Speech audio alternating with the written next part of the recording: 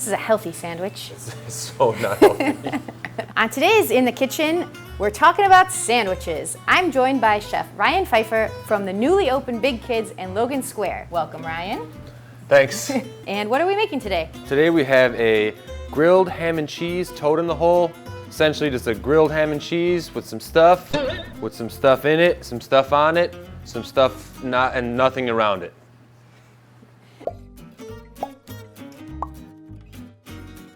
First thing we're gonna do is we have the mayonnaise. It's mixed with some chopped pickled jalapenos. Any kind of white bread's good. Your cheese down on the bread. Swiss? So I had cheddar in the recipe. Anybody that knows me knows that I change my mind about 50 times a second. And I just want to do something different this time, and I really like Swiss cheese. You can do it with cheddar, you can do it with literally any kind of cheese you want. Except like blue cheese, that'd be whack. Ham and Swiss classic combo. Ham and Swiss. Any kind of ham also will do good. You can buy a package of ham, you can have a deli guy slice it. You slam the top on, give it a little push, and then you take any kind of ring mold or shot glass is what you can use at home, because I know a lot of people don't have ring molds. Yeah. You're gonna cut a hole into the middle of the sandwich. For the toad. Yeah, this is where the toad goes in. Is the toad the egg? Yeah, it is. Yeah. You got this nice little sandwich here. A snacker. See that? You're gonna use a pretty liberal amount of oil. So what I like to do is I like to put oil in first, and then I put butter in afterwards, because it gives the butter kind of like a starting point to bubble, as opposed to just putting it in there and then having to bring the heat up. The butter's gonna brown a lot faster than the oil's gonna brown. Okay, you see how it's starting to brown up a little bit now? I'm sorry, bubble up. So that's about a tablespoon of butter. It's a lot of butter. But at the end of the day, we're gonna be soaking it into the bread, then we're gonna brown the bread, and then we're gonna have to flip the sandwich over and have enough fat in the pan for the other side of the sandwich as well. And we're cooking an egg in it. This is not a sandwich for the faint of heart. Do you have a favorite sandwich in Chicago, minus your own sandwiches, of course? My sandwiches aren't my favorite sandwiches in Chicago. I have a sandwich that I go to a couple times a week. It's at a place called Humble House. And I get the West Sider. It's just like a regular deli sub sandwich.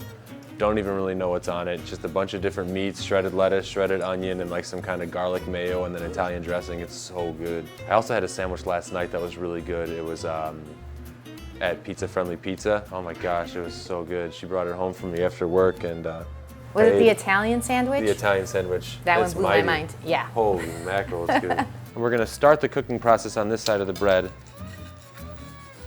Once it moves around a little bit, we can add our egg.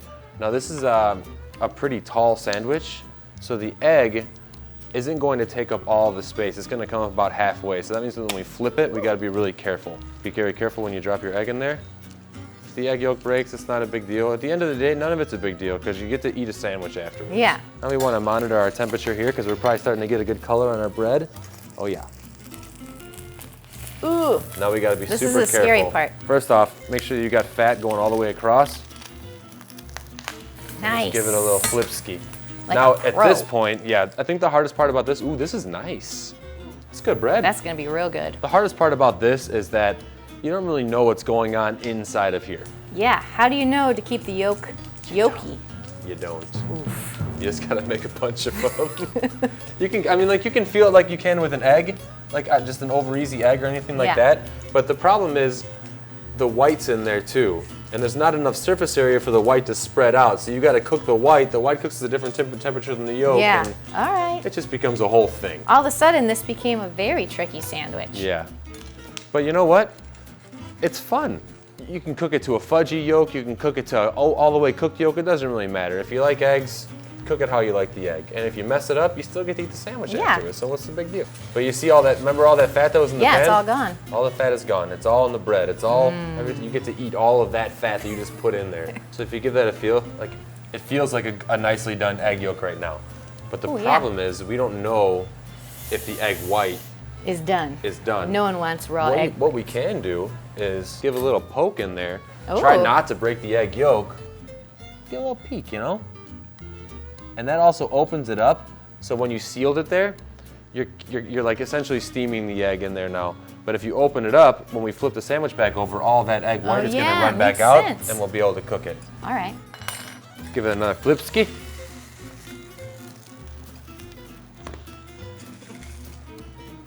All right. Yes! Woo! Oh my goodness gracious. Oh my God, that looks amazing. It worked. You nailed it. It worked. Should we try it? Sure. All right.